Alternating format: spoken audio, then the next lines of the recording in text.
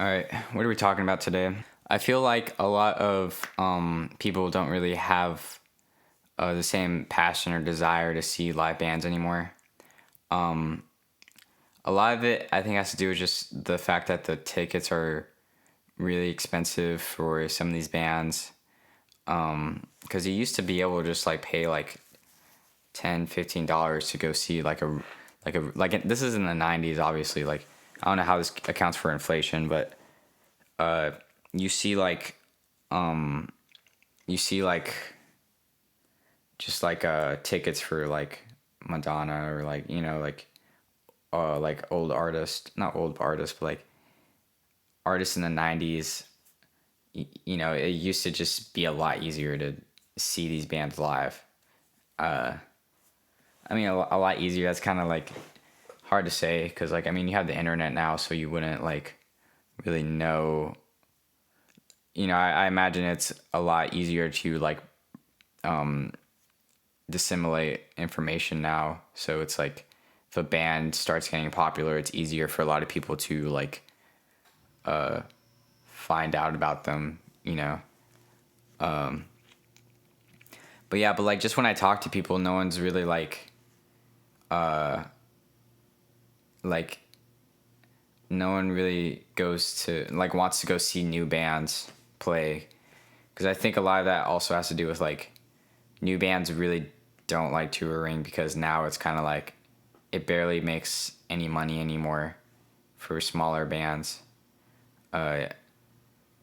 Regardless, there's still bands that tour. I see a lot of bands here locally, but I don't know. I just remember like as a kid, this is like 2016. So this is 2016. I was like 11 years old. You would just see like new videos of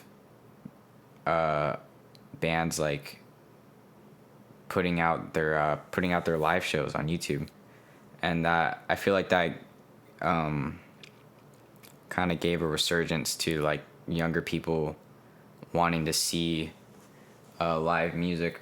But then COVID just kind of totally ruined everything after that. I mean, yeah, there was still live music in COVID, but it was always pre-recorded, and there weren't actual people there. It was just like, like, I don't know. They would just like put not a laugh track, but like put a track of like people like, woo, like saying that. But yeah, and it's just kind of sad. Like I wish, I think guitar playing kind of just fell off a little bit. Like very recently, I've just noticed like like kids like aren't really like interested in the guitar solo or the I don't know the guitar god figure. 'Cause, like you ask a lot of kids like what their favorite artist is, and they're gonna say like rappers. I mean, I love rap, but I didn't like grow up really listening to rap predominantly. Like obviously well, I pay attention a lot to rap, but like I remember the first time my cousin like showed me "Smells Like Teen Spirit" by Nirvana, and I thought it was legit like the coolest thing ever. And I feel like because there's just so much content like hurled at people's heads, like I feel like younger people don't like hear that and automatically like have like the same like they don't it doesn't like click for them that like that's super crazy, because it's just like any guitar solo you want to see is just on the internet, you know. But there's obviously really good guitar players today. Like there's I'm trying to think. There's really good performing guitar players because I kind of like. Well, every recording guitar player is a good performing guitar player, but there's not a lot of there's not like a lot of frontman guitar players now. I don't think there's really any like really big ones because I mean everyone's a solo artist now, so Like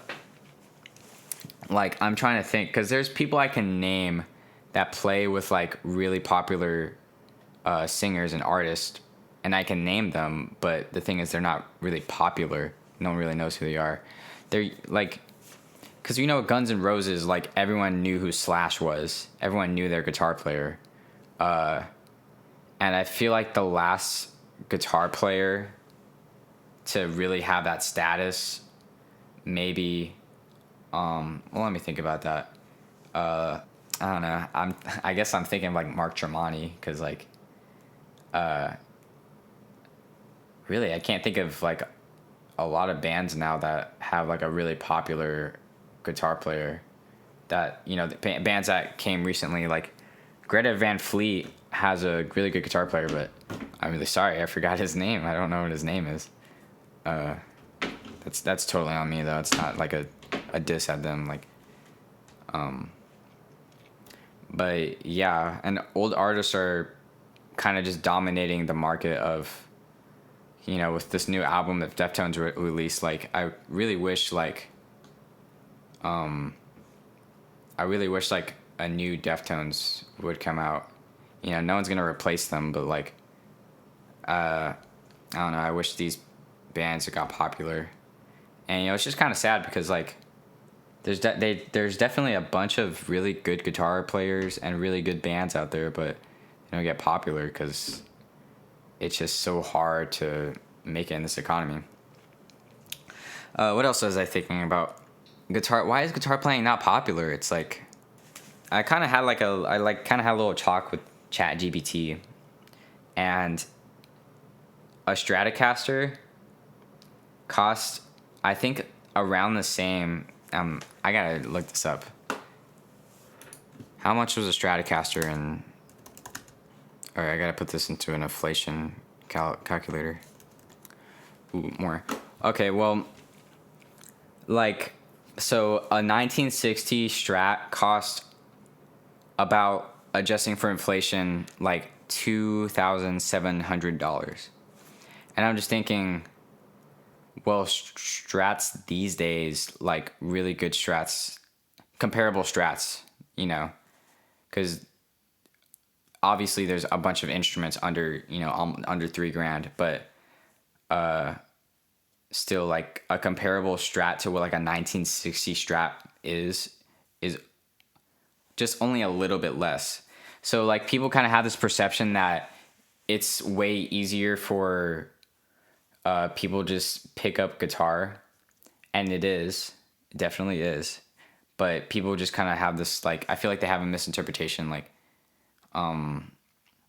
in order to like if you really want to be like a professional, like a quad Cortex is like $3,000. You know what I mean? It's like, and that's like a professional kind of like modern thing, but it's still like so expensive. And the the economy, whatever. I'm not gonna talk about the economy, but it's still like really. There's still a pretty big barrier to entry if you want to do guitar stuff. It's a lot easier to learn guitar.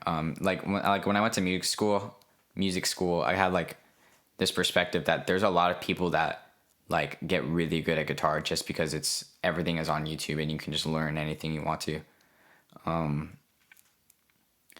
But yeah, but young people like they don't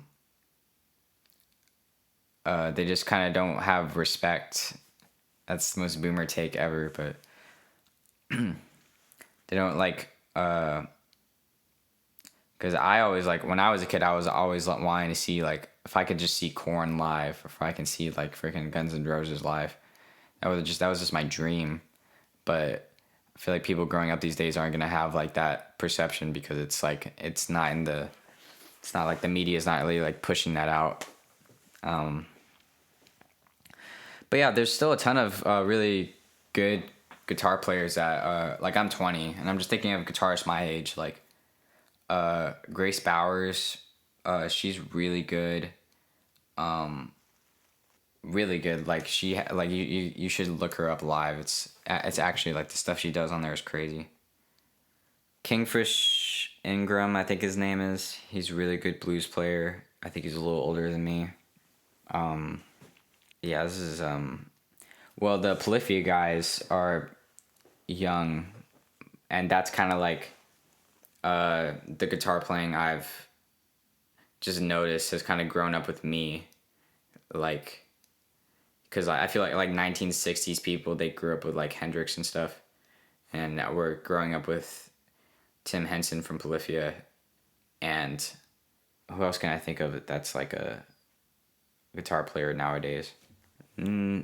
There's a ton like of Instagram guitarists that put out really creative stuff, but it's not really my thing when like people are using like well, they like the electronic side of it, when people like use really crazy like automation stuff on guitars to make it kind of sound like a synth. That's just something I've seen, which I know a lot of it's cool, but I just really haven't gotten into.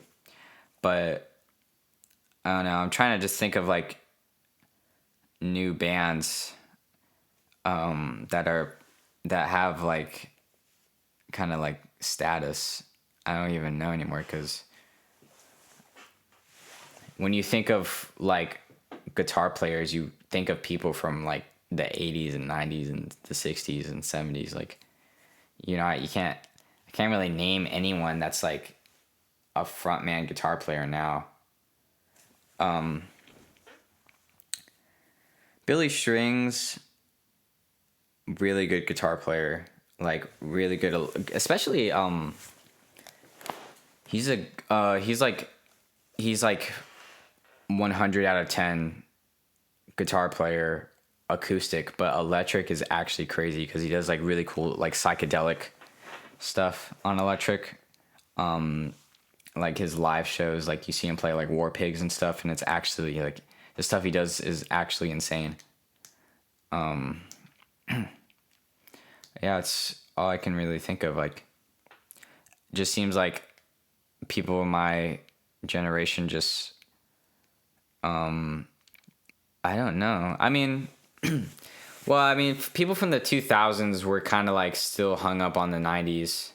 So I'm kind of thinking like, well, people from 2020 are still going to be caught up from like the 2000s. Maybe that's how it's going to work. Like, imagine if you took someone from 1968 and took them to 2025, and how much of a trip that would be to like see like you can look up any well, I mean, yeah, it's like you can look up anything, but you can look up like any performance of any artist ever that's ever been recorded. And you can, I don't know, it's just kind of a crazy thought, like people like living now kind of don't understand, because like when I like in 2010, what was I doing? I was 5. 2015, 2016, well, let's take 2016. 2016, I was 11, listening to like Green Day and a bunch of like, and Sabbath and stuff. And I always felt like, oh, I'm so edgy, I'm so cool, look at me, I'm listening to like music from the 60s. And like, I felt like weird back then, but now it's kind of like, there's so much information out there that people just kind of, they just kind of like see that and like don't really think that it's out of place to like listen to old music, because now you kind of just have every person that exists now, like everyone has their space online. So it's kind of weird to like just see like a normal person. Like it's kind of just, I don't know. I don't even know what I'm trying to describe, but who are like my favorite guitar players of 2000s? Let me think about that. Johnny Buckland from Coldplay really was a big influence on me. Linkin Park started in like 1990 something, but the Linkin Park stuff that was released in the 2000s really good. Man, I'm not even. Shinoda is the rapper and guitarist, but I don't know how much of the guitar work is his. So I feel kind of bad. I don't remember like the other guitar player's name with the really curly hair. Green Day started in the 2000s. MCR was in the 2000s. Man, MCR is really like. I think MCR is the last rock band that got like really popular with like when the Black Parade come out? 2006. Wow. I thought it was sooner than that. Well, Helena came out in 2004. Man, I think MCR really was like the last like rock band that like was really popular like that. Which is kind of weird cuz like people I think people have this perspective that MCR is this really like niche, not niche. People just kind of like think they would have trouble relating to it because of like it's an emo style of music, but it's not really. Like MCR is really like in your face like rock and roll. It's like MCR is like basically Guns N' Roses if Guns N' Roses was just like a little bit like if they drunk an emo potion. You know what I mean? If they'd like I don't know, drunk an emo elixir. But yeah, I think when MCRs stopped making music, like a lot of stuff fell with it. I guess I don't know. Man, It's Gerard. Gerard Way is such a good singer. Oh my god, and he's also such a talented artist too.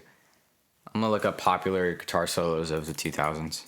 Oh, I totally forgot about the Red Hot Chili Peppers. Red Hot Chili Peppers. I'm gonna look at their discography. Okay, Californication came out in 1999. So, okay, Stadium Arcadium came out in 2006, which is still before the Black Parade. But I think MCR just still takes the cake for like the last band. I think that was like really popular. Kings of Leon. That's not really a guitar band. What is it? What is a guitar band? I think a guitar band is just like, I'm just thinking like I'm trying to describe it like it's just a band that has really like guitar parts people would specifically go out of their way to learn. Like because they're fun or because they're very original. I don't know. Kings of Leon isn't like a guitar band, they're just like a band. And I'm saying Red Hot Chili Peppers is a guitar band because they have a guitar god, which is John Frusciante. But yeah. But it seems like all the guitar players now are live players. Play music live and kind of like just try to keep it alive. Yes, there's definitely a bunch of pop stuff with guitar solos in it. But I can't think of it. I can't really think of the last pop song I listened to that had a guitar solo. I think Taylor Swift has some guitar solos. Yeah. So I think the barrier to entry, it's still pretty big, but obviously like with the internet and stuff, like it's so much easier to like learn about music, create music, publish music, get your music out there. But oh my god, you're not getting paid these days. No one's getting paid to like put out an EP or anything like that. Everyone's just so focused on the big three rappers. You know, I love rap. But well, I'm not gonna say anything wrong about rap. I love all this. I love a bunch of stuff that came out this year, but I would really prefer if like if Mom Jeans just like really like put together like, all right, I need to make the best album ever, and if Mom Jeans just did that, I would be all over that because I really like that kind of style of like songwriting. They can just like write really good songs. The Killers was around in the 2000s. Man, when did guitar playing fall off? I wonder what Google would say if I just put that in. There's some Reddit threads here. I'm gonna like People say like was already dying off in the 90s because of synths and stuff, but when I think of like